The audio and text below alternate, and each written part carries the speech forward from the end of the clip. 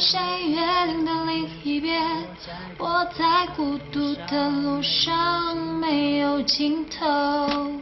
Hello， 大家好，我叫索朗卓玛，是西藏大学文学院的一名学生。平常的爱好是唱歌，还有跳街舞。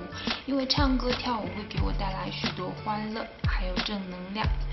然后迷宫呢，是我在一个冷饮店里偶然间听到的，当时觉得那首歌旋律非常好听，然后那个主唱王若琳的音色特别好听，我特喜欢她那种音色，然后一直在那里练。